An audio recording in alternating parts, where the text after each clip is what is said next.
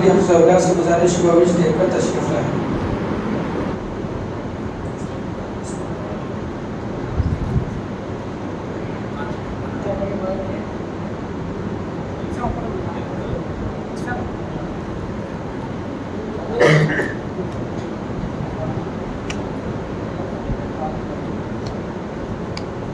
سے گزارش ہے تھوڑا آگے سامنے آ کر بیٹھ جائیں تاکہ پیچھے آنے والا تھوڑا سا جگہ رہ سکے.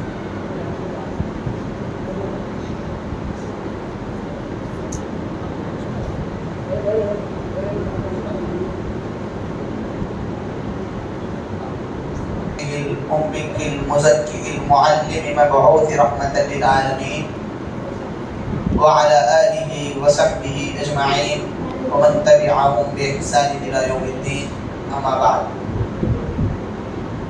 فأعوذ بالله من الشيطان الرجيم. بسم الله الرحمن الرحيم. قال الله تعالى إن الله يأمر بالعدل والإحسان وإيتاء ذي القربى وينهى عن الفحشاء والمنكر والبغي يعظكم لعلكم تذكرون.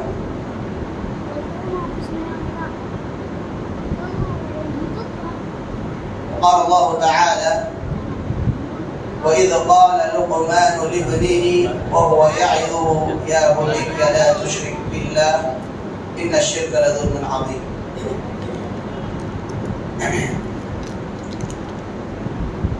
محترم ومکرم علماء کرام،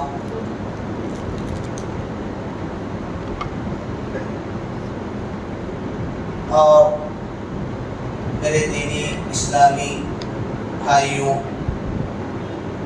عزیز بچوں اور پردہ نشین اسلامی مائیں اور بہنوں، ہر قسم کی تعریف، حمد و ثنا اللہ رب العالمین کے لیے لاحق و سزاوار ہے، جو ہم سب کی تمام عبادتوں کا مستحق ہے. اس اللہ کے علاوہ ہمارے لیے یہ حق نہیں بنتا کہ ہم کسی اور کی عبادت کریں. سبحان اللہ و بحمدہ سبحان اللہ العظیم. بعدہ درود و سلام کا نزول ہو تمام انبیاء پر، خصوصاً میرے اور آپ کے آخری نبی جناب محمد رسول اللہ صلی اللہ علیہ وسلم پر، جنہوں نے ہم سب کو وہ طریقہ سکھلایا جس کے ذریعے ہم اللہ کی عبادت کر سکتے ہیں، اور ایسا طریقہ سکھلایا جسے اپنا کر ہم دنیا اور آخرت دونوں جہانوں میں کامیاب ہو سکتے ہیں. اللہم بارک وسلم علیہ وعلی آلہ وصحبہ اجمعین وسلم تسلیما کثیرا کثیرا. محترم میرے دینی اسلامی بھائیوں، میں نے آپ لوگوں کے سامنے سورۃ النحل سورہ نمبر 16 آیت نمبر 90 تلاوت کی ہے. 90 آیت نمبر 90 تلاوت کی. یہ آیت کریمہ جسے ہم لوگ بار بار سنتے ہیں. کب سنتے ہیں؟ بار بار سنتے ہیں. کب؟ خطبے جمعہ میں جب امام پہلا خطبہ ختم کر کر اردو کا بیٹھ کر پھر اٹھتے ہیں تو دوسرے خطبے ثانی میں اس آیت کو پڑھ کر اپنا خطبہ ختم کرتے ہیں. ان اللہ یأمر بالعدل والاحسان وایتاء ذی القربى. بہت سارے لوگ جو آخر میں آتے ہیں وہ یہ آیت سنتے ہی سمجھتے ہیں کہ اب ہو گیا، جمعہ ختم ہو گیا. معلوم ہو جاتا ان کو، وہ آواز بار بار سن کر، وہ پڑھنے کا انداز بار بار سن کر بہت سارے لوگوں کو معلوم ہو جاتا. اور جو شروع سے بیٹھتے ہیں وہ بھی سمجھ جاتے ہیں. اب اٹھنے کی تیاری کرتے رہتے ہیں، اب ہو گیا ختم، امام صاحب نیچے اترنے والے ہیں آیت پڑھ کر. اب اس کے بعد کیا ہوتا؟ جمعہ ختم ہو جاتا، نماز پڑھنے کے لیے. تو یہ آیت ہر جمعے میں کیوں پڑھی جا رہی ہے؟ اس آیت کی اہمیت کیا ہے؟ ہر جمعے میں اس آیت کو کیوں پڑھتے ہیں؟ آپ لوگ خطبے اولا میں جو آیتیں پڑھتے ہیں خطبہ حاجہ یا خطبہ اولا خطبہ مسنونہ میں، ان آیتوں کے بارے میں بار بار سنے ہوں گے. خطبہ نکاح میں بھی پڑھی جاتی ہے وہی آیتیں. اس میں کیا ہے؟ اللہ نے تقوی کا حکم دیا ہے. اس کے بارے میں آپ بار بار سنے ہوں گے.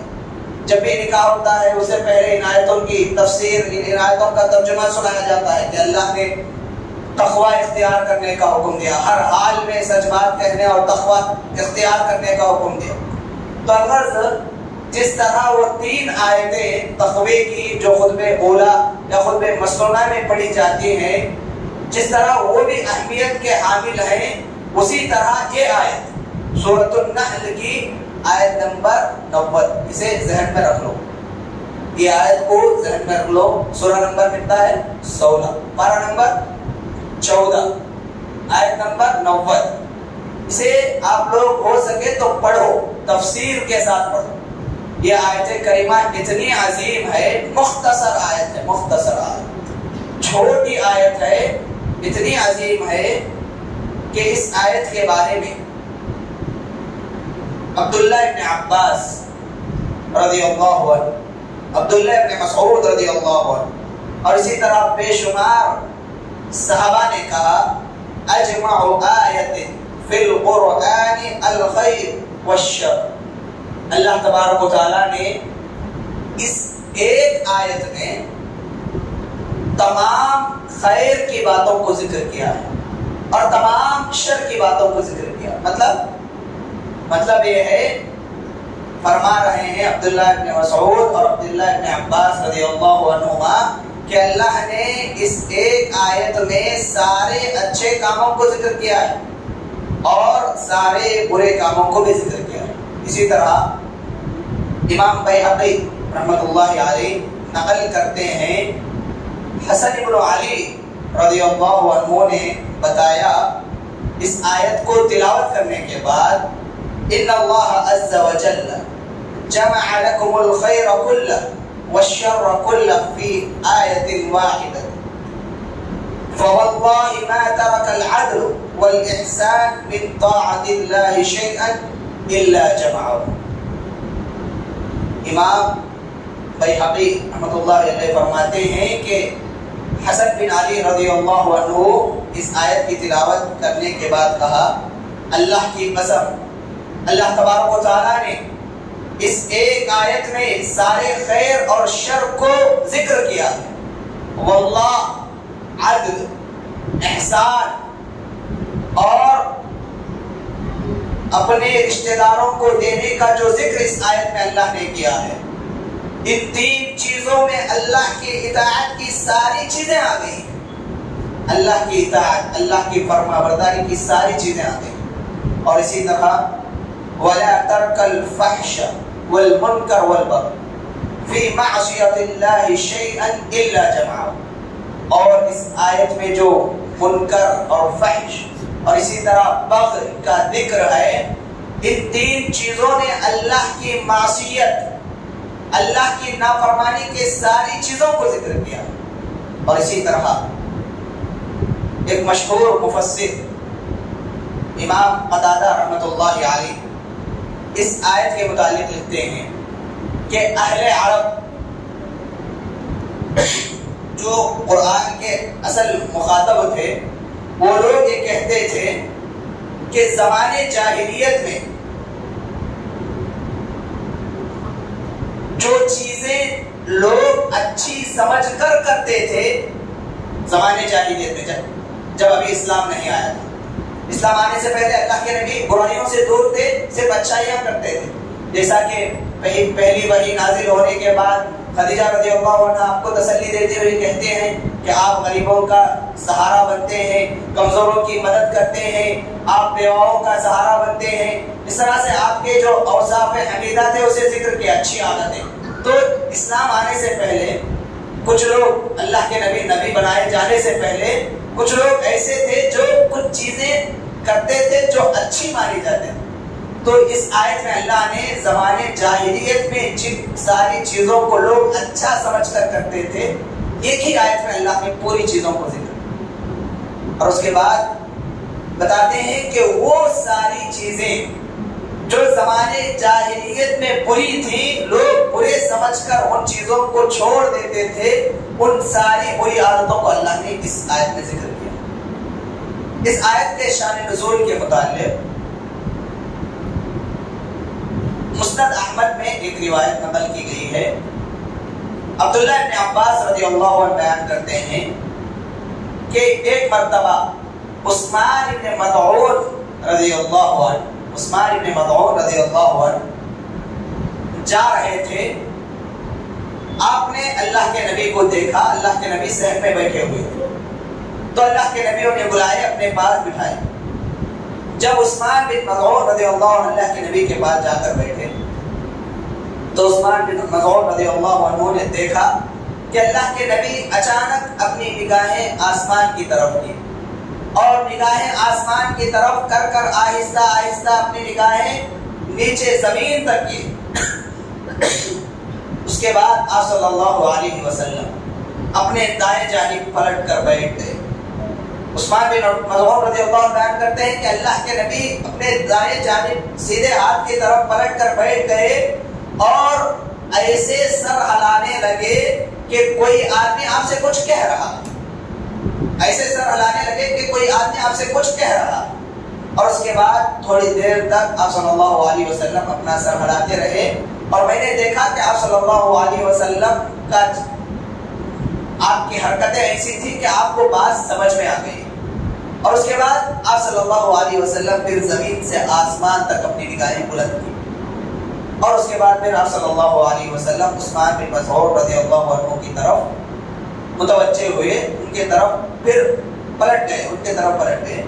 उसके बाद उस्मान बिन मज़ऊन रज़ियल्लाहु अन्हु ने आपसे पूछा, आप सल्लल्लाहु अलैहि वसल्लम से पूछा कि अल्लाह के नबी, मैंने आपके साथ बहुत सारी मजलिसों में इस तरह से बैठा, लेकिन आपको कभी भी इस तरह से करते हुए नहीं देखा। तो अल्लाह के नबी पूछे कि आपने क्या देखा? तो सारा माजरा जो भी आपने देखा बताया कि आपने ऐसे पहले आंखें ऊपर की, फिर आपके बाजू कोई आकर बैठा था, इस तरह आपने इशारे किए, इस तरह आपने सर हिलाया कि कोई आपसे कुछ कह रहा है। तो आप सल्लल्लाहु अलैहि वसल्लम पूछे क्या आपने पूरी बातें देखी, जो भी मामला ये सब हुआ आपने सब देखा? तो आपने फरमाया उस्मान बिन मज़ऊन रज़ियल्लाहु अन्हु ने, हाँ अल्लाह के नबी मैंने देखा। तो उसके बाद अल्लाह के नबी उनसे कहते हैं, हाँ मेरे पास अल्लाह का एक फरिश्ता वही लेकर आया था। और वो वही क्या थी?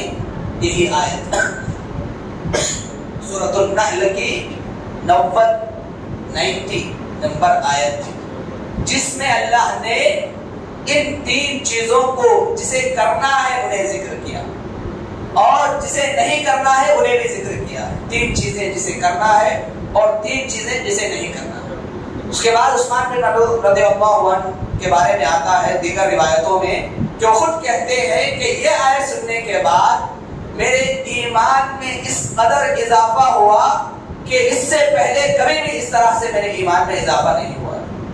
तो मुहतरम हजरात, ये आयत इतनी अजीम है, ये आयत इतनी अजीम है कि एक सहाबी जब इसे सुने तो उनके ईमान में इजाफा हो गया। और इसी तरह तफसीर इब्न कसीर में एक वाक़या इस आयत के मुताबिक आया है। ये आयत इतनी अजीम है। अक़सम इब्न सैफी एक बहुत बड़े आदमी थे, एक कबीले के वो क्या थे? आइडियल और नमूना थे। अक़सम इब्न सैफी, उनको मालूम हुआ कि मोहम्मद नामी एक शख्स है, वो एक दीन पेश कर रहा है जिसके बारे में उसका दावा है कि वो सच्चा दीन। तो उन्होंने अपने कबीले वालों से कहा कि मैं चाह रहा हूँ कि मैं जाकर मोहम्मद से मिलकर आऊँ सल्लल्लाहु अलैहि वसल्लम। तो लोगों ने कहा कि नहीं, हरगिज़ आप ना जाएं। क्यों? इसलिए कि जो भी जाते हैं वो उनके शेदारी, उनके गिरविदा हो जाते हैं, उनकी बात पर क्या है अपना सर झुका देते हैं, उनके बात को कबूल कर लेते हैं। इसलिए कबीले वालों ने कहा कि नहीं, आप नहीं जाना। तो उसके बाद अक़सम इब्न सैफी एक कबीले के वो सरदार थे, तो उन्होंने कहा ठीक है मैं नहीं जाऊंगा, दो लोगों को, दो बासिदों को मैं अपनी तरफ से भेजूंगा ताकि वो लोग जाकर मालूम कर कर आए कि मोहम्मद क्या कह रहे हैं। تو قاصدوں نے اللہ کے نبی کے دربار میں پہنچ کر اللہ کے نبی سے 2 سوال کیے. پہلا سوال تھا کہ تم کون ہو؟ تو اللہ کے نبی صلی اللہ علیہ وسلم نے فرمایا میں محمد ابن عبداللہ، میں محمد ہوں، عبداللہ کا بیٹا ہوں. اس کے بعد بتایا کہ تم کیا ہو؟ میں اللہ کا بھیجا گیا بندہ اور اس کا رسول. یہ 2 چیزیں سوالوں کے جوابات اللہ کے نبی بڑے مختصر انداز میں. اور اس کے بعد انہوں نے بتایا کہ ہم اپنے سردار کے جانب سے آئے ہیں، وہ آپ سے کچھ سننا چاہتے ہیں. تو اللہ کے نبی یہ آیتیں پڑھ کر سنائیں.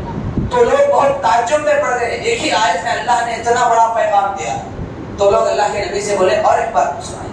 اللہ کے نبی اور ایک بار پڑھ کر سنائیں. اتنی بار اللہ کے نبی پڑھ کر سنائے کہ وہ آیتیں وہ لوگ یاد کر لیے، اور اس کے بعد اپنے آقا کے پاس، اس کے پاس اکثب بن الصیفی رضی اللہ عنہ، ان کے پاس جا کر بتائے کہ ہم اللہ کے نبی محمد کے پاس گئے.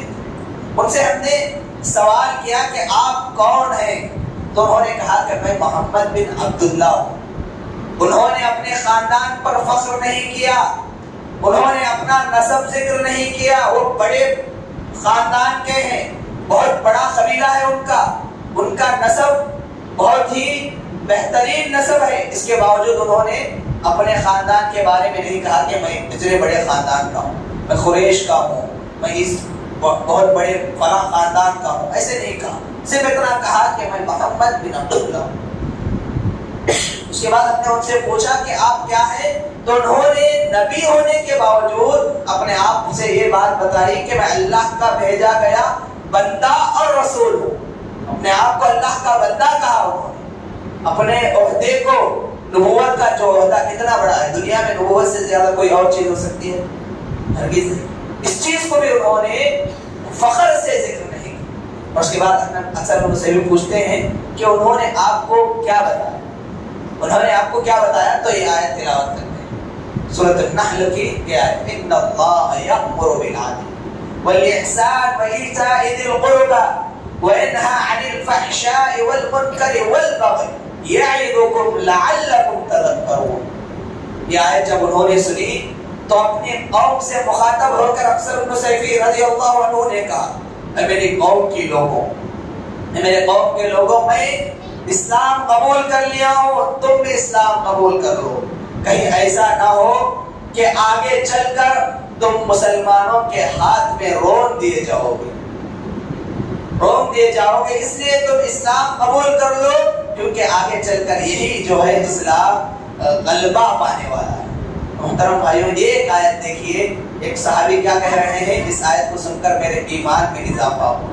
اور ایک صحابی صرف ایک آیت کو سن کر اسلام قبول کر لیے، سارے اسلام کو انہوں نے سمجھ لیا. اللہ کیا فرما رہا ہے اس آیت میں؟ اللہ حکم دے رہا ہے ان اللہ یأمر بالعدل. اللہ ہمیں حکم دے رہا ہے کہ ہم عدل کریں، انصاف کریں. عدل کیا ہے؟ انصاف کیا ہے؟ انصاف یہ ہے کہ ہم جس رب نے ہمیں پیدا کیا، جس نے ہمیں رزق دیا، جس نے ہمیں زندگی دی، جس نے ہمیں زندگی گزارنے کی بے شمار نعمتیں عطا کی، ان نعمتوں کے بدلے اس اللہ کی عبادت کریں. یہ انصاف ہے. کیوں؟ اس لیے کہ اللہ نے کہا کہ ظلم یہ ہے کہ اللہ تعالیٰ کے ساتھ شرک کرنا. ان الشرک لظلم عظیم. اللہ کے ساتھ ظلم نہیں کرنے کا مطلب اللہ کی عبادت کرنا اور اللہ کی عبادتوں میں کسی کو شریک نہیں کرنا. اس کا اللہ نے اس آیت میں حکم دیا. اور اس کے بعد اللہ نے حکم دیا کہ تم کیا کرو؟ احسان کرو، عبادت اللہ کے لیے کرو. ایسے کرو گویا اللہ کو تم دیکھ رہے ہو یا اللہ تمہیں دیکھ رہا ہے. ایسے کرو. اس کے ساتھ ساتھ کیا ہے؟ عدل ہمیں لوگوں کے ساتھ بھی کرنا ہے، احسان ہمیں لوگوں کے ساتھ بھی کرنا ہے. گویا دیکھیے مختصر الفاظ ہیں. عدل اللہ کے ساتھ بھی کرنا، لوگوں کے ساتھ. بہت بڑے موضوعات ہیں. لوگوں کے ساتھ عدل کیا ہے، اللہ کے ساتھ عدل کیا ہے، لوگوں کے ساتھ احسان کیا ہے، اللہ کے ساتھ احسان کیا ہے. یہ 4 چیزیں 4 ٹاپک بن جاتے ہیں. 4 جملے دیے جائے اس کے اوپر. اور اس کے بعد کیا ہے؟ رشتہ داروں کو دینا. اللہ نے جہاں بھی اپنی عبادت کا حکم دیا، اس کے بعد سب سے زیادہ رشتہ داری کی طرف اللہ نے توجہ دی. آج لوگ کیا ہے، رشتہ داری سے زیادہ دوستی کو اہمیت دیتے ہیں. दोस्तों को वो बातें बोलती, दोस्तों को तकलीफा बोल लेती जो रिश्तेदारों को नहीं बोलते। अल्लाह के नबी रिश्तेदारी को जितनी अहमियत दिए, दोस्ती को उतनी अहमियत नहीं दी अल्लाह के नबी। इसीलिए आप सल्लल्लाहु अलैहि वसल्लम रिश्तेदारी को क्या है, बढ़ाने की कोशिश करें हमेशा। तो इसीलिए रिश्तेदारों को देना ये जरूरी औलाद में। और याद रखें, हमारी कमाई के बारे में सबसे ज्यादा फिक्र रिश्तेदारों को है। रिश्तेदारों को आप ख्याल करेंगे तो उन्होंने तुम्हारी कमाई में बरकत की दुआ करते हैं। अगर तुम उनका ख्याल नहीं करेंगे तो याद रख लो, सबसे पहले तुम्हारी कमाई के बारे में हसद की निगाहें तुम्हारे रिश्तेदारों ने की है। इसीलिए रिश्तेदारों में जो मुस्तहिक है उनको जरूर देना है, फजूल खर्ची नहीं करना है। अल्लाह ने कहा वआतिल कुर्बा हक़्क़हु वल मिस्कीन व इब्न सबील वला तुबद्दिर तबदीरा इन्नल मुबद्दिरीना कानू इख्वान शैतान। क्या कहा अल्लाह ने? फजूल खर्ची मत करो, ये शैतान का शेवा है। आप लोग अपने करीबी रिश्तेदारों को और मिस्किनों को दो। तो ये तीन चीजें अल्लाह ने करने का हुक्म दिया, तीन चीजों से रोका। ये क्या है? फहश और मुनकर और बग़, जुल्म व ज़ियादती, हद से तजावुज कर जाना। ये तीन चीजें, इसके बारे में मुख्तसर एक बात बताकर मैं अपनी बात को खत्म करता हूँ। अल्लाह ने कहा कि मुनकर, फहश और बग़ से बचो। तो गोया इन तीन चीजों के बारे में जो अरबी अदब लिखने वाले लिखते हैं कि अल्लाह ने अपनी नाफरमानी और अल्लाह की नाफरमानी यानी इबादत के मुताल्लिक अल्लाह की जो नाफरमानी रहती है, उन सारी नाफरमानियों को अल्लाह ने मुनकर के जरिए एक ही लफ्ज में जिक्र किया, और फहश के जरिए अखलाकी गिरावट की जो चीजें रहती हैं, अखलाकी तौर पर आदमी जिसमें गिर जाता है, उन सारी चीजों को एक ही लफ्ज में अल्लाह ने जिक्र कर दिया। तो गोया मुख्तसर अल्फाज में यह आयत बहुत बड़ा पैगाम लेकर अपने अंदर गई। हम लोग को चाहिए कि इस आयत को खोलकर पढ़े कि अल्लाह क्या कह रहा है, तफसीर के साथ पढ़े। हमारे अंदर सबसे बड़ी कमी क्या है मालूम? बड़े बड़े प्रोग्रामों में जाते हैं, बड़े बड़े बयानों में बैठते हैं, लेकिन वहां से एक आयत सीख कर सुने, मजे ले लेकर सुनते हैं, अरे बहुत अच्छा बोले, नहीं तो अरे क्या बोलने जाएगा, ऐसे बातें करते हैं। लेकिन क्या बोल रहे, क्या सीखी? एक बयान में बैठे हुए घंटा, 1 घंटा 1.5 घंटा हम बैठे, तो हम उस बयान में, उस इज्तिमा में 3-4 बयान सुने, तो उन बयानों से हमने क्या सीखा है? ये असल है मेरे भाई। एक आयत सीखो बस। सहाबा इकराम कैसे थे? 10 आयतें सीखते थे, अमल करते थे, उसे समझते थे, उसकी तफसीर समझते थे, फिर आगे 10 आयतों की तरफ आगे बढ़ते थे। तो इसीलिए चाहिए कि हम लोग क्या है, इल्म को उसके जो उसूल हैं उनके मुताबिक हासिल करने की कोशिश करें। ऐसा ना हो कि हम लोग बहुत सारी आयतें हमें याद है, आयतुल कुर्सी याद है, लेकिन उसका माना बोलोगे तो नहीं बोल सकते। बहुत सारी आयतें हम सुनते हैं, लेकिन उसका माना बोलोगे नहीं बोल सकते। तो ये हमारे अंदर कमजोरी है। दूसरों को देखो, वो लोग क्या है, हर बयान में क्या है, क्या करते हो, बाइबल लेकर बैठ जाते। उससे मुक़द्दस किताब है हमारी कुरान मजीद, आज हम लोग उसे छोड़ दिए। इसीलिए आज हमारी हालत ये है। अल्लाह से दुआ है कि अल्लाह तबारक व तआला हमें कुरान मजीद को समझकर पढ़ने और उस पर अमल करने की अल्लाह तौफीक अता फरमाए। आमीन। व आखिर दावाना अल्हम्दुलिल्लाहि रब्बिल आलमीन।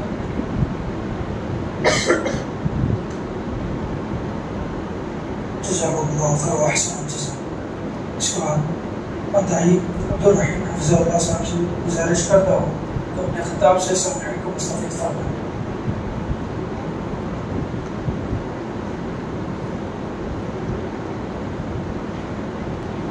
अस्सलामु अलैकुम व रहमतुल्लाहि व बरकातुहू। अल्हम्दुलिल्लाहि रब्बिल आलमीन वस्सलातु वस्सलामु अला रसूलिल करीम, अम्मा बाद। अऊज़ु बिल्लाहि मिनश शैतानिर रजीम, बिस्मिल्लाहिर रहमानिर रहीम। क़ाल अल्लाहु तबारक व तआला फ़ी क़ुरआनिल मजीद, वमन अहसनु क़ौलन मिम्मन दअा इलल्लाहि व अमिल सालिहन व क़ाल इन्ननी मिनल मुस्लिमीन। सर्व प्रशंसలు, సకల పొగడతలు సర్వలోకాలకు సృష్టికర్త పరమ పవిత్రుడు పరిశుద్ధుడైనటువంటి అల్లాహ్కు మాత్రమే శోభిస్తాయి. అంతిమ దైవ ప్రవక్త ముహమ్మద్ రసూలుల్లాహ్ సల్లల్లాహు అలైహి వసల్లం వారిపై, గతించిన ప్రవక్తలందరిపై, ప్రవక్త సల్లల్లాహు అలైహి వసల్లం వారి కుటుంబీకులపై, ప్రవక్త సల్లల్లాహు అలైహి వసల్లం వారి ఉమ్మతులో సమస్త విశ్వాసులందరిపై అల్లాహ్ యొక్క శాంతి శుభాలు ఎల్లవేళలా కురియుగాక. ఆమీన్. సోదరులారా, నాకు ఇవ్వబడినటువంటి అంశము దావా పని యొక్క ప్రాముఖ్యత మరియు నేటి సమాజంలో దాని యొక్క అవసరం. సోదరులారా, నేడు ముస్లిం సమాజం మీద ఇస్లాం యొక్క శత్రువులు ఎన్ని నిందలు వేస్తున్నారంటే మరి వాటికి సమాధానం ఎవరు చెప్పాలి? ఎవరు చెప్పాలనంటే ఎవరికైతే ఇస్లాం ధర్మ అవగాహన ఉందో వారు ఖచ్చితంగా సమాధానం చెప్పాలి. నిన్న కూడా ఒక ఆమె అంటుంది, ముస్లింలు సొంత చెల్లిని పెళ్లి చేసుకుంటారు అని నింద వేస్తుంది. ఇక్కడ ఒక టీవీ ఛానల్లో ఈ మాట నాకు చెబుతుంది. ఇలాంటి 1-2 కాదు, వీళ్ళు స్త్రీలను బురకా వేసేసి వంటింట్లోనే హింసిస్తూ ఉంటారు. అలాగే వీళ్ళ స్త్రీలకు ఒక ఎంజాయ్మెంట్ అంటూ ఉండదు.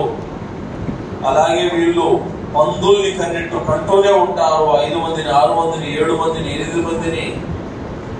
1-2 కాదు, ఈ మాటలు వింటుంటే చాలా బాధ అవుతుంది. సోదరులారా, అందరూ కాస్త ముందుకు వచ్చి కూర్చోండి.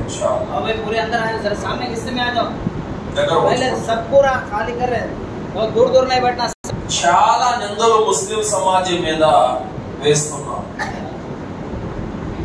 మనకేంటి, మనకు ఏవి పట్టనట్టు మనం ఉన్నాం. సోదరులారా, ఇస్లాం ధర్మంలో ఉన్నటువంటి మంచి ఈ ప్రపంచంలో ఏ మతంలో కూడా లేదు సోదరులారా. అంత మంచి అనేది ఇస్లాం ధర్మంలో ఉంది. మరి ఆ మంచి ఎక్కడుండిపోయింది? మస్జిద్ 4 గోడల మధ్యనే ఉర్దూ రూపంలో ఉండిపోయింది.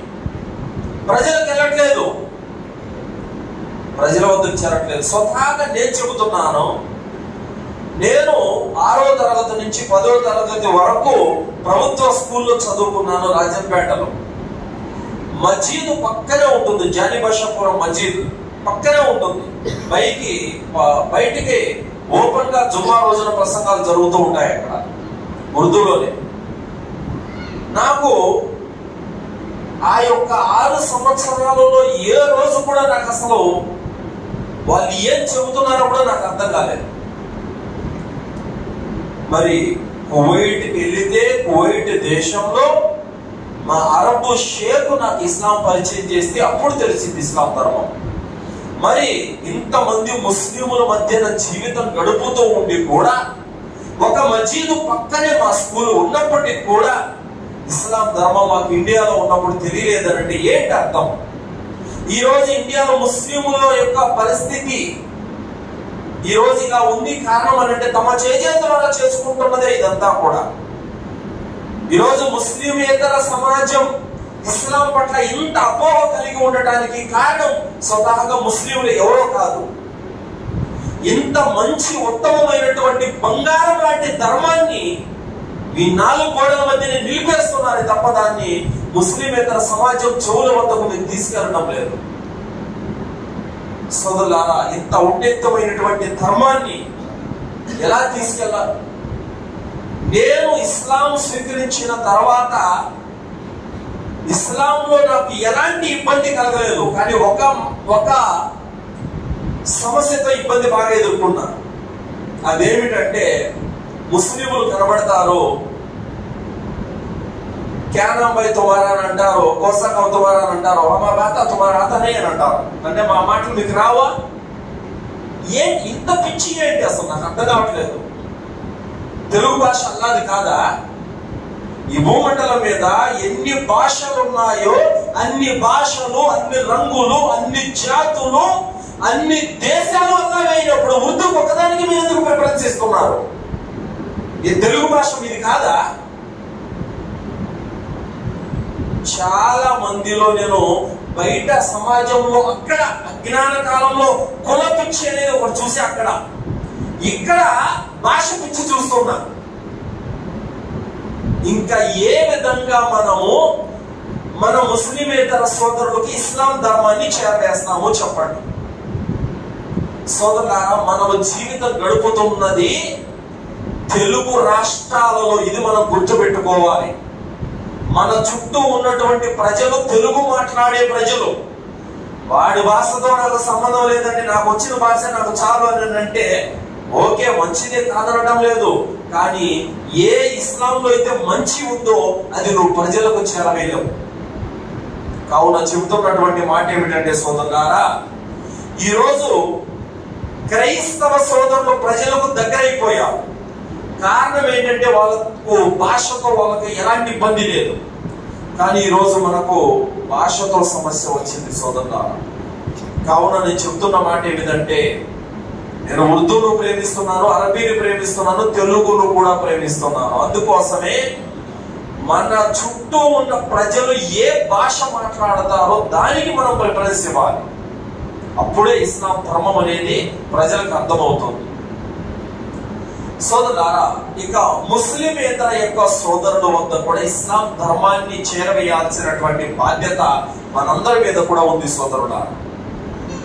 ముస్లిమేతర సోదరుల వద్దకి మనము మన ధర్మాన్ని తీసుకెళ్లే విషయంలో ఈరోజు ముస్లిం సమాజము ఫెయిల్ అయిపోయింది అన్నమాట. ఎందుకు ఫెయిల్ అయిపోయిందనంటే కనుక, స్వతహాగా ఒక ముస్లిము తన మీద ఏ విషయాలైతే ఫర్జు గావించబడ్డాయో ఆ విషయాలను తెలుసుకోవడం లేదు. అయితే దావా పని అనేది మన ఇండియాలో ఫర్జ్ అయిన్, తప్పనిసరిగా ధర్మ జ్ఞానం కలిగిన ప్రతి ముస్లిం పైన కూడా విధి గావించబడి ఉంది. కావున మనమందరము కూడా మనము తెలుసుకున్నటువంటి ఈ ఇస్లాం ధర్మాన్ని ప్రజల వద్దకు చేరవేయవలసినటువంటి అవసరము ఎంతైనా ఉంది.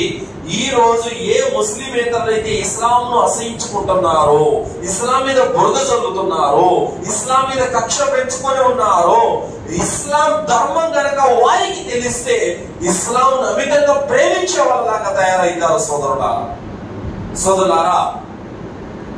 సుమామా బిన్ ఉసాల్, ఈయన యమామా దేశం యొక్క రాజు. ప్రవక్త ముహమ్మద్ సల్లల్లాహు అలైహి వసల్లం వారు దేశ దేశాలకు లేఖలు పంపించారు.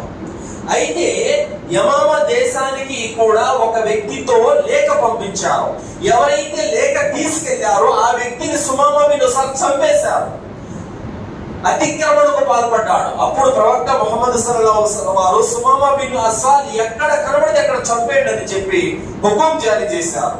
అయితే ఒకానొక రోజున సుమామా బిన్ ఉసాల్ ఏం చేశారంటే, మదీనా దాటుకొని మక్కాకు వెళుతున్న సందర్భంలో ముస్లింలు కొంతమంది అతన్ని పట్టి తీసుకొని వచ్చారు. ప్రవక్త సల్లల్లాహు అలైహి వసల్లం వారు మస్జిద్ నబవీ స్తంభానికి కట్టేయమని చెప్పారు. కట్టేశారు.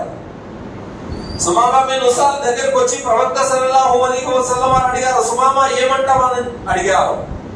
ఏమనేది ఏం లేదు, నేనైతే ముస్లిములకు ద్రోహమే చేశాను, అయితే ప్రతీకారంగా నన్ను చంపనైనా చంపేయండి, లేదు క్షమాభిక్ష పెడితే మీ రుణం నేను తీర్చుకోలేను, మీరు కనుక క్షమాభిక్ష పెడితే మీ మేలు నేను ఎప్పటికీ మరవలేను, ఒకవేళ మీరు కనుక ఏమైనా దీనికి బదులు ప్రతిఫలం ఆశిస్తూ ఉంటే మీరు అడిగినంత డబ్బు ఇవ్వగలను. ఈ మూడు ప్రతిపాదనలు పెట్టాడు. ఈ మూడు ప్రతిపాదనలు పెట్టగానే ప్రవక్త ముహమ్మద్ సల్లల్లాహు అలైహి వసల్లం వారు మౌనం వహించారు, ఏం మాట్లాడలేదు. సుమామా బిన్ ఉసాల్ అన్నారు, ఏమన్నా ఎంత పెద్ద మాట అన్నారో తెలుసా ప్రవక్త గారితో, ఈ ప్రపంచంలో అన్నింటికంటే మదీనా నాకు అసహ్యకరమైనటువంటి ప్రాంతము అన్నారు. అలాగే ఈ మదీనాలో అందరికంటే అసహ్యకరమైనటువంటి ముఖం నీదే అని చెప్పారు. ఎవరికి చెప్పారు ఈ మాట? ప్రవక్త సల్లల్లాహు అలైహి వసల్లం వారు ముఖం మీద చెప్పారు సుమామా బిన్ ఉసాల్. సహాబీలకి రక్తం ఉడికిపోతుంది, ఏంటి చంపేయకుండా ఇతన్ని ఇంతగా బతిమాలుతున్నారని చెప్పి. తర్వాత ప్రవక్త సల్లల్లాహు అలైహి వసల్లం వారు ఆదేశించారు సహచరులకి, సుమామా పట్ల మర్యాదగా వ్యవహరించండి, అతనికి తిండి విషయంలోనూ త్రాపించే విషయంలో లోటు చేయకండి, అతన్ని మర్యాదగా చూసుకోండి అని చెప్పారు.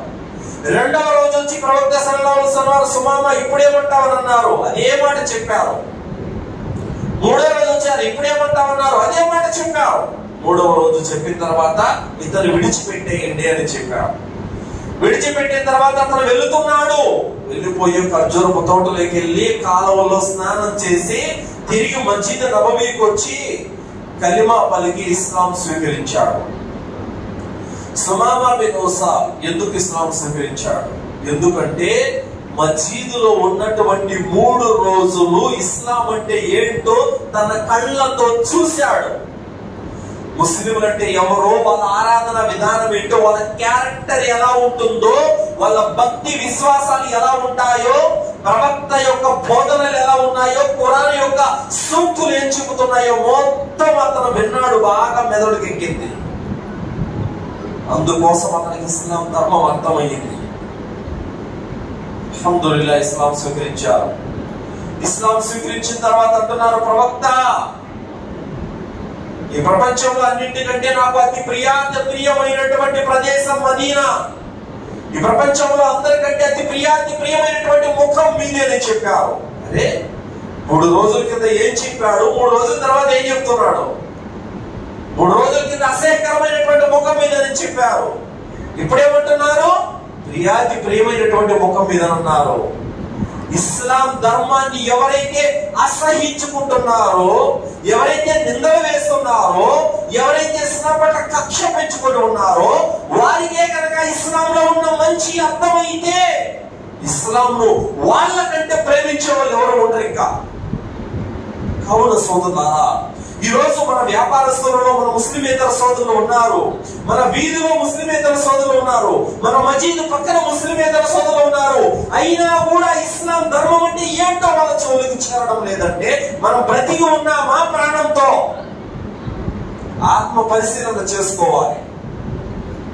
సోదరులారా, ఇస్లాం ధర్మం అంటే ఏదో మనము మసీదులలో బయాన్లు చెప్పుకుంటేనే వ్యాప్తి చెందదు. సోదరులారా, కడపలో జమాత్ ఇస్లామీ సోదరులు కొంతమంది ఆ మసీదు వీధిలో ఒక హిందూ మహిళ తన సమస్యను విన్నవించుకున్నది కమిటీకి.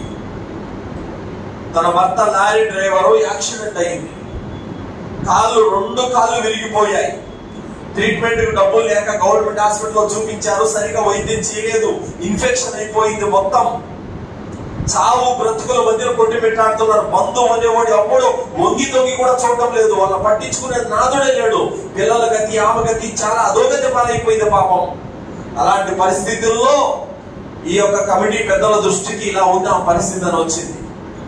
ఒక జుమ్మా రోజున చందా కోసం అవకాశం ఇచ్చాడు. ఇలా ఈ విధంగా మన వీధిలో ఒక ఆయనకి యాక్సిడెంట్ అయి ఉన్నది, ఒక హిందూ సోదరుడికి, అతనికి ఆపరేషన్ అవసరం ఉంది, డబ్బులు అవసరం ఉంది, పలానా మహిళ వచ్చి కోరింది అని చెప్పారు. ఇదిగో ఆమె అక్కడ నిలబడుకొని ఉంది, ఆమెకు డబ్బులు సహాయం అవసరం అని చెప్పగానే ముస్లిం సోదరులందరూ కూడా దాదాపు 45,000 రూపాయల డబ్బులు పోగు చేసి ఆమెకు జుమ్మా రోజున చందాకు డబ్బులు ఇచ్చేసారు. అల్హమ్దులిల్లా ఆపరేషన్ అయిపోయింది. అల్లా దైవల అల్హమ్దులిల్లా ఆపరేషన్ అయ్యి కోలుకొని ఇంటికి వచ్చిన తర్వాత కుటుంబం ఇస్లాం స్వీకరించింది. అల్హమ్దులిల్లా. ఏంటి ఇస్లాం అంటే? ఇదే దైవ ప్రవక్త ముహమ్మద్ సల్లల్లాహు అలైహి వసల్లం వారు మనకు నేర్పినటువంటి విధానం.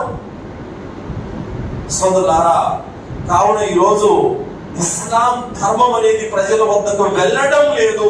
ఇంత మంచి అనేది 4 గోడల మధ్యలో ఉండిపోయింది, ప్రజల వద్దకు వెళ్ళడం లేదని అంటే కనుక నిజంగా ముమ్మాటికి ఇది మన లోపమే సోదరులారా.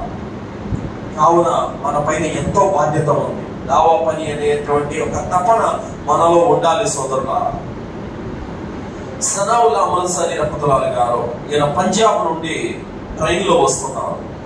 ట్రైన్లో వస్తూ ఉంటే ఆయన కూర్చున్న సీటు ఎదురుగా ఒక హిందూ పండితుడు, ఒక ఆయన, కొంతమంది కుర్రాళ్ళు, కాలేజీ స్టూడెంట్స్ అంతా కూర్చొని ఉన్నారు. ఆయన అనుకుంటున్నాడు వీళ్ళకి తౌహీద్ సందేశం ఇవ్వాలి, కానీ సందర్భం రావాలి కదా, ఎలా ఎలా ఎలా ఎలా అనుకుంటున్నారు. ఈలోపు ఆ హిందూ పండితుడు అనేటువంటి ఆయన పై బెర్తుకు ఎక్కబోతూ పడ్డాడు కింద. ముసలాయన పాపం కింద పడ్డాడు, బాగా కొద్దిగా రక్తం వచ్చింది. అక్కడ ఉన్న కుర్రాళ్ళు ఆ ముసలాయన దగ్గర వాసన వస్తుంది, ఆ రక్తం కారుతుంది, వాళ్ళు అసహించుకొని దూరంగా ఉన్నారు. సనౌలా ఉన్నసరి తన బ్యాగులో నుంచి టవల్ తీసి ఆయన చేతికి రక్తం కారుతున్న చోట కట్టి ఆయన తీరిగా కూర్చోబెట్టి బాటలో నీళ్లు తీసి తాగమని చెప్పేసి ఇచ్చారు. తర్వాత ఆయన వెళ్తూ ఎనగిచ్చి ఆయన పైకి వెళ్ళిపోయే విధంగా సెట్ చేశారు. అప్పుడు అయ్యా మీరెవరు, ఏ తల్లి కన్న బిడ్డో మీరు ఇంత సహాయం చేశారు నాకు అని చెప్పేసి చెప్పబోతుంటే అప్పుడు సందర్భం వచ్చింది. అప్పుడు అన్నారు, ఇది మా ప్రవక్త మాకు నేర్పిన విధానము అని చెప్పేసి అక్కడ చెప్పి ఇంకా నుంచి దావా పని స్టార్ట్ చేశారు. అల్హమ్దులిల్లా. అక్కడున్న యూత్ కూడా అల్హమ్దులిల్లా తర్వాత ఆయన మాటలకు చాలా ప్రభావితులైపోయారు. ఏదో ఒక సందర్భం అనేది ఖచ్చితంగా వస్తుంది. ఆ సందర్భం వచ్చినప్పుడు ఖచ్చితంగా మనము ఎదుటి వారికి అల్లా యొక్క సందేశము వినిపించాల్సినటువంటి అవసరం ఎంతైనా ఉంది. సోదరులారా, దైవ ప్రవక్త ముహమ్మద్ రసూలుల్లాహ్ సల్లల్లాహు అలైహి వసల్లం వారికి ఇంకా భారీ బహిరంగంగా ధర్మ ప్రచారం చేసేటువంటి అనుమతి ఇంకా లభించలేదు. అలాంటి సమయంలో అబూబకర్ సిద్దిక్ రలియల్లాహు అన్హు అడిగారు, అల్లాహ్ యొక్క ప్రవక్త, మన వద్ద సత్యం పెట్టుకొని ఎందుకు మనం భయపడాలి, ప్రజలకు బహిరంగంగా దావా పని చేద్దామని చెప్పేసి అన్నారు. అబూబకర్, ఇప్పుడు పరిస్థితులు బాగలేవు, వద్దు, కొంతకాలం ఆగదని చెప్పారు. తర్వాత కొంతకాలానికి ప్రవక్త సల్లల్లాహు అలైహి వసల్లం వారి అనుమతి తీసుకొని అబూబకర్ సిద్దిక్ రలియల్లాహు అన్హు వారు కాబతుల్లా వద్దకు వచ్చి దివ్య సందేశాన్ని బహిరంగంగా చాటారు. బహిరంగంగా చాటిన తర్వాత శత్రువులు భయంకరంగా విరుచుకుపడ్డారు. అప్పటికి కేవలం 36 మంది మాత్రమే ఇస్లాం స్వీకరించారు. ఇంకెవరు ముస్లింలు లేరు. అప్పుడు మూకుమ్మడిగా ఒక్కసారి అబూబకర్ రలియల్లాహు అన్హు వారి మీద దాడి చేశారు. ఉత్బా బిన్ రబియా అయితే కనుక తన కాలికి ఉన్నటువంటి చెప్పులు తీసుకొని అబూబకర్ రలియల్లాహు అన్హు వారి ముఖం మీదనే కొట్టాడు. అబూబకర్ రలియల్లాహు అన్హు వారు కింద పడిపోయారు, పిడిగుద్దులు గుద్దుతున్నారు. ఎలా అయిపోయిందంటే రాళ్లతో కొట్టేవాళ్ళు, తొక్కేవాళ్ళు, గుద్దేవాళ్ళు, ఇష్టం వచ్చినట్టుగా గుంపు అబూబకర్ రలియల్లాహు అన్హు వారి మీద పడిపోయారు. ఎలా అయిపోయిందంటే ఆయన శరీరంలో కాని ప్రదేశం లేదు, ఆ విధంగా అయిపోయింది. ఇంకా చంపేయబోతున్నటువంటి పరిస్థితిలో బను తైమ్ తెగ వారు అక్కడికి వచ్చారు. అబూబకర్ రలియల్లాహు అన్హు వారిని బను తైమ్ తెగ, ఆ తెగవారు వచ్చి విడిపించి చూస్తే అబూబకర్ రలియల్లాహు అన్హు వారు స్పృహలో లేరు, పూర్తిగా రక్తపు మడుగులో ఉన్నారు. బను తైమ్ తెగవారు అన్నారు, అబూబకర్ కనుక ఏమైనా జరిగిందంటే ఉత్బా బిన్ రబియా మీద మేము పగ తీర్చుకుంటామని చెప్పన్నారు. ఆ రోజుల విశ్వాసాలు అయినప్పటికీ తెగల యొక్క ప్రేమ ఉండేదన్నమాట. ఆ విధంగా అబూబకర్ రలియల్లాహు అన్హు వారిని చాపలో చుట్టుకొని అబూ కహాఫా ఇంటికి తీసుకెళ్లితే దారి గుండా ఎంతో మంది రక్తం కారుతుంది. చాపలో చుట్టుకున్నారు, రక్తం కారిపోతా ఉంది. ఇంటికి తీసుకెళ్లి పడుకోబెడితే ఏం స్పృహ లేదన్నమాట. చాలా సేపటి తర్వాత కళ్ళు తెరిచారు. అప్పుడు తల్లి వచ్చి కాసంత ఏమైనా తినుబాబు అని చెప్పగానే నా ప్రవక్త ఎలా ఉన్నాడు అని అన్నారు.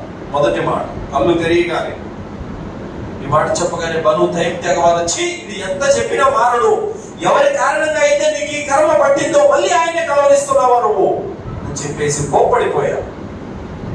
తర్వాత వీడికి అన్నం పెట్టద్దు, నీళ్ళు ఇవ్వద్దు, ఇలాగే చావని అని చెప్పేసి ఉమ్మే ఖైరాకు చెప్పి వెళ్ళిపోయారు. తర్వాత అబూబకర్ రలియల్లాహు అన్హు తన తల్లితో అన్నారు, ప్రవక్త ముహమ్మద్ సల్లల్లాహు అలైహి వసల్లం వారు ఎలా ఉన్నారో కనుక్కోండి అని చెప్పగానే, బాబు బయట పరిస్థితులు బాగాలేవు, మీకోసం అందరూ గాలిస్తున్నారు, ప్రవక్త ముహమ్మద్ సల్లల్లాహు అలైహి వసల్లం వారి మీద చాలా కోపంగా ఉన్నారు. లేదమ్మా, ఆయన ఎలా ఉన్నారో తెలిసేంత వరకు నేనేమీ తినలేను, నువ్వు ఒక పని చెయ్యి, ఉమర్ రలియల్లాహు అన్హు వారి యొక్క చెల్లెలు ఉంది ఉమ్మే జమీల్, ఆమె దగ్గరికి వెళ్ళి ప్రవక్త సల్లల్లాహు అలైహి వసల్లం వారి గురించి కనుక్కోనిరా. వెళ్ళింది. ఉమ్మే జమీల్ కూడా ఇస్లాం స్వీకరించింది, కానీ ఎవరికి చెప్పలేదు బయటికి. ప్రవక్త ముహమ్మద్ సల్లల్లాహు అలైహి వసల్లం ఎలా ఉన్నారు, నా బిడ్డ ఈ విధంగా చావు బ్రతుకుల్లో ఉన్నాడు, కనుక్కొని రమ్మని చెప్పి పంపించారు అని చెప్పగానే నాకు తెలియదు అన్నారు. లేదమ్మా, నేను ఇస్లాం స్వీకరించకపోయినప్పటికీ మీ అందరి గురించి నాకు తెలుసు, ప్రాణం పోయిన నేను మాట బయటికి చెప్పను, ఎక్కడున్నా చెప్పు, ఒక్కసారి నా బిడ్డ ప్రవక్తను చూడాలని ఉంటున్నారని ఉమ్మే ఖైరా చెప్పింది. చెప్పగానే నన్ను అబూబకర్ దగ్గరికి తీసుకెళ్ళండి అని చెప్పింది ఉమ్మే జమీల్. ఉమ్మే జమీల్ అబూబకర్ రదియల్లాహు అన్హు దగ్గరికి వెళ్ళింది. అబూబకర్ని చూడగానే ఆమె ఓన ఏడ్చేసింది అనమాట. తర్వాత ఉమ్మే జమీల్ అబూబకర్ రదియల్లాహు అన్హు వారి తల్లి యొక్క సహాయంతో అబూబకర్ రదియల్లాహు అన్హు వారు దారి అర్కం దగ్గరకు వచ్చారు. దారి అర్కంలో ప్రవక్త సల్లల్లాహు అలైహి వసల్లం వారు కొందరు ముస్లింలు అక్కడ ఉన్నారు. ఎప్పుడైతే అబూబకర్ రదియల్లాహు అన్హు వారిని ప్రవక్త సల్లల్లాహు అలైహి వసల్లం వారు చూశారు, ఆయన దెబ్బలు తినటము, ఆ శరీరం అంతా గాయాలు చూసి ప్రవక్త సల్లల్లాహు అలైహి వసల్లం వారు కన్నీళ్లు కార్చారు. అబూబకర్ రదియల్లాహు అన్హు వారి నుదుటి మీద ముద్దు పెట్టారు. చావు బ్రతుకుల్లో ఉన్నటువంటి అబూబకర్ రదియల్లాహు అన్హు వారు ప్రవక్తను ఏమడుగుతున్నాడు తెలుసా? అల్లాహ్ యొక్క ప్రవక్త, నా తల్లి నాకు చాలా సేవలు చేసింది, నేను ఏడిసి ఆమె ఏడిసింది, నేను బాధపడింది ఆమె బాధపడింది. అల్లాహ్ యొక్క ప్రవక్త, నా తల్లికి ఇస్లాం ధర్మం పరిచయం చేయండి అని అడిగారు. ఆయన ఏ పరిస్థితిలో ఉన్నాడు? ఆయన ఏ పరిస్థితుల్లో ఉండి అడుగుతున్నాడు? ఆ దావా పని కారణంగానే చావు దెబ్బలు తిన్నాడు. అన్ని చావు దెబ్బలు తిన్నప్పటికీ కూడా మళ్ళీ దావా పని అంటున్నాడు తల్లి కోసం. స్థిరత్వం అల్లాహ్ యొక్క పనిలో ఈరోజు మనలో ఎందుకు లేదనంటే, వాడు ఏదన్నా అంటాడేమో, వాడు ఏమన్నా అనుకుంటాడేమో. ఎవరికి భయపడాలి? అల్లాహ్కు భయపడాలి. అల్లాహ్కు భయపడాలి. మనం ఈరోజు ప్రజలకు భయపడి సత్య సందేశాన్ని కప్పెట్టేస్తున్నాం. కావున సోదరులారా, అబూబకర్ రదియల్లాహు అన్హు వారు అల్హమ్దులిల్లాహ్ దాని తర్వాత కోలుకున్న తర్వాత మళ్ళీ దావా పని మొదలు పెట్టాడు. అల్హమ్దులిల్లాహ్ ప్రవక్త ముహమ్మద్ సల్లల్లాహు అలైహి వసల్లం వారు కూడా తాయిఫ్ నగరం వెళ్ళారు. 3 మైళ్ళ దూరం రాళ్లతో తరిమి కొట్టారు ప్రవక్త సల్లల్లాహు అలైహి వసల్లం వారిని. రక్తము అడుగులో ఉండిపోయారు. ఆయన వేసుకున్న చెప్పులకు గడ్డ కట్టి పాదాలు అతుక్కుపోయాయి, అంత బలంగా కొట్టారు. మరి ప్రవక్త సల్లల్లాహు అలైహి వసల్లం వారు దెబ్బలిద్దనను చూసి పర్వతాల దైవ దూతలు కూడా వచ్చి ఈ తాయిఫ్ నగరాన్ని నాశనం చేస్తాము, మీరు ఒక్క మాట చెప్పండి అని చెప్పారు. కానీ ప్రవక్త గారు అంగీకరించలేదు. వీళ్ళు కాకపోతే వీళ్ళ తరం తర్వాత అయినా సరే ఇస్లాం స్వీకరిస్తారు అన్నటువంటి మాట పలికారు. మరి అంతరాన దెబ్బలు తిన్నాడు కదా. అంతరాన దెబ్బలు తిన్నప్పటికీ కూడా ద్రాక్ష తోటలోకి వెళ్ళారు. అక్కడ ఒక బానిస ద్రాక్ష గుత్తులు తీసుకొని వచ్చి ఇచ్చాడు. బిస్మిల్లా అని చెప్పి తినబోతే బానిస అంటున్నాడు, ఏమన్నారు మీరు ఇందాక? బిస్మిల్లా. ఈ మాట మీకెలా తెలుసు? ఈ మాట మీకెలా తెలుసు? ఇది మక్కా వాళ్ళకు, ఈ పరిసర ప్రాంతాల వాళ్ళకి ఈ మాట తెలియదే. తినేటప్పుడు బిస్మిల్లా చెప్పరు కదా వాళ్ళు. అప్పుడు ప్రవక్త సల్లల్లాహు అలైహి వసల్లం వారు అన్నారు, మీరెవరు? నేను ననీవా పట్టణానికి చెందినటువంటి వ్యక్తిని. ఓహో, నా సోదరుడు యూనుస్ అలైహిస్సలాం జాతి వ్యక్తివా? యూనుస్ నీకు తెలుసా? అవును, నా సోదరుడే. నీకు సోదరుడా? అంటే ఆయన ప్రవక్తే, నేను కూడా ప్రవక్తనే. మేమంతా సవతి తల్లి బిడ్డలం మేమందరం కూడా అని చెప్పగానే అప్పుడు ప్రవక్త సల్లల్లాహు అలైహి వసల్లం వారు అబ్బాస్ కు ఇస్లాం పరిచయం చేస్తే అబ్బాస్ ఇస్లాం స్వీకరించాడు. అల్హమ్దులిల్లాహ్. నన్ను కొట్టారు, ఇంక ఈ పని వద్దు అనుకోలేదు. ఆ దెబ్బలు తిని కూడా మళ్ళీ దావా పని చేశారు. అల్హమ్దులిల్లాహ్. ఈ తపన ప్రవక్తలో సహాబీలలో నిండుగా ఉండేది సోదరులారా. కావున అలాంటి తపన అనేది మనలో ఉంటే కనుక అల్హమ్దులిల్లాహ్ ఇస్లాం ధర్మం అభివృద్ధి చెందింది. ఇస్లాం ధర్మం అభివృద్ధి అంటే ఏంటండి? పెద్ద మసీదులు పెడితే ఇస్లాం ధర్మం అభివృద్ధి అయినట్టు కాదు. వ్యక్తులు పోగవాలి, జమాతు అభివృద్ధి కావాలి, కొత్త వ్యక్తులు రావాలి ఇస్లాంలోకి. అప్పుడు జమాత్ డెవలప్ అవుతుంది సోదరులారా. షిర్కు చేసే వాళ్ళు తౌహీద్ మీదకు రావాలి, బిదా చేసే వాళ్ళు సున్నత వైపునకు రావాలి. అప్పుడు ఇస్లాం ధర్మం అనేది అభివృద్ధి చెందుతుంది సోదరులారా. ఏమయ్యా ఫీల్డ్ వెళ్దాం రండి, కాస్త నమాజ్కు పిలుద్దాం రండి అని అంటే కమిటీలో ఉన్న వాళ్ళే చేయాలి. పదవి ఉంటేనే దావా పని, లేకపోతే లేదా. పదవి ఉంటేనే నీ మీద బాధ్యత, లేకపోతే లేదా. సోదరులారా, ఖాలిద్ బిన్ వలీద్ రదియల్లాహు అన్హు వారిని యుద్ధ కమాండర్ గా ఉండేవారు. ఆయన్ని ఉమర్ రదియల్లాహు అన్హు వారు అబూబకర్ ఖిలాఫత్ కాలంలో చెప్పారు. ఏమని? ఖాలిద్ బిన్ వలీద్ని యుద్ధ కమాండర్ నుండి దించేయండి. ఎందుకు దించేయాలి? దేనికి దించేయాలి? ముస్లిములలో ఒక విశ్వాసం వచ్చేసింది. ఏమని? అల్లా దయ వల్ల యుద్ధం గెలుస్తాము అన్న మాట పోయి ఖాలిద్ బిన్ వలీద్ ఏ యుద్ధంలో ఉంటే ఆ యుద్ధం గెలుస్తుందనే ఆలోచన వచ్చింది. రాంగ్ కదా ఈ ఆలోచన? తప్పు కాదు. అల్లా దయ వల్ల గెలుస్తాం అనే ఆలోచన పోయి ఖాలిద్ బిన్ వలీద్ ఏ యుద్ధంలో ఉంటే ఆ యుద్ధం గెలుస్తాము అన్న భావన వచ్చేసింది. ఈ యొక్క మార్గం ఏదైతే ఉందో ఈ యొక్క నష్టాన్ని గుర్తించారు ఉమర్ రదియల్లాహు అన్హు. అయితే అబూబకర్ ఖిలాఫత్ కాలంలో దించలేదు. ఉమర్ రదియల్లాహు వారి యొక్క పరిపాలనా కాలంలో ఖాలిద్ బిన్ వలీద్ని దించేసి అబూ ఉబైదా బిన్ జర్రాహ్ రదియల్లాహు అన్హు వారిని ఎక్కించారు. ఖాలిద్ బిన్ వలీద్ని మామూలు సైనికుడిగా పెట్టేశారు. ఖాలిద్ బిన్ వలీద్ రదియల్లాహు అన్హు వారు యుద్ధంలో ఇక పోరాడుతున్నారు. ఎలా పోరాడుతున్నారంటే ఇంతకు ముందు ఆచి తూచి పోరాడేవారు. ఇప్పుడు ఇక ఆయన కత్తికి ఎదురలేదు. ఆ విధంగా పోరాడుతున్నారు. అడిగేవాళ్ళు అడిగారు, ఏమయ్యా నిన్ను ఒక పెద్ద పదవి నుంచి దించేశారే, నీకు ఉమర్ మీద కోపం లేదా, బాధ లేదా, ఎంత విరోచితంగా పోరాడుతున్నావు? ఆయన అన్నారు, నేను యుద్ధం చేసేది పోరాడేది అల్లా కోసం, ఉమర్ కోసం కాదు. ఇంతకు ముందు నా మీద బాధ్యత ఉండేది, సైనికుల యొక్క బాధ్యతలన్నీ నా భుజం మీద ఉండేవి. ఇప్పుడు నేను ఎవరికి బాధ్యుడిని కాదు, అందుకే విరోచితంగా పోరాడుతున్నాను అన్నారు. పదవిలో ఉంటేనే ధర్మ ప్రచారం, లేకపోతే లేదా. ఇది తప్పు సోదరులారా. మనకు పదవి ఉన్నా లేకపోయినా ఖచ్చితంగా అల్లా యొక్క ధర్మాన్ని ప్రజలకు చేరవేసే పనిలో మనము ఎప్పుడూ ఉండాలి సోదరులారా. కావున చెప్తున్న మాట ఏమిటంటే, మీకు తెలియదు సోదరులారా, ఈ రోజు ఎవరైతే ఇస్లాం స్వీకరించి ఉన్నారో, అల్హమ్దులిల్లా ఇతర మతాల నుండి వచ్చి ఇస్లాంలో ఉన్నారో వాళ్ళు అల్హమ్దులిల్లా ఎంత దృఢంగా ఇస్లాంలో ఉన్నారంటే, ఎంతలా ప్రవక్తను ప్రేమిస్తున్నారంటే, ఎంతలా వాళ్ళు ఆచరణ చేస్తున్నారంటే అల్హమ్దులిల్లా ఆ పాటి ఆచరణ మనం కూడా చేయలేకున్నాం సోదరులారా. అందుకే ఇస్లాం ధర్మానికి ఎవరైతే శత్రువులుగా ఉన్నారో వాళ్ళకి కనుక ఇస్లాం అర్థమయ్యిందంటే అల్హమ్దులిల్లా వాళ్ళే దావా పని చేస్తారు సోదరులారా. అందుకోసమే చూడండి, చాలా మతాల్లో భక్తి పిచ్చి అనేది అందరికి ఉంటుంది. ఆ భక్తి పిచ్చి ఏ విగ్రహం మీదనో ఏ సమాధి మీదనో ఉంటుంది. దాన్ని మనం ఏం చేయాలి? ఒకే సృష్టికర్త వైపుకు కనెక్షన్ చేయాలంతే. అర్థమైందా? ఆ భక్తిని, ఆ విశ్వాసాన్ని సృష్టికర్త అల్లాహ్ వైపునకు మరలించాలి. దాని తర్వాత వాళ్ళు అల్హమ్దులిల్లా చాలా దృఢంగా ఇస్లాంలో ఉంటారు సోదరులారా. అందుకోసమే మజీదులలో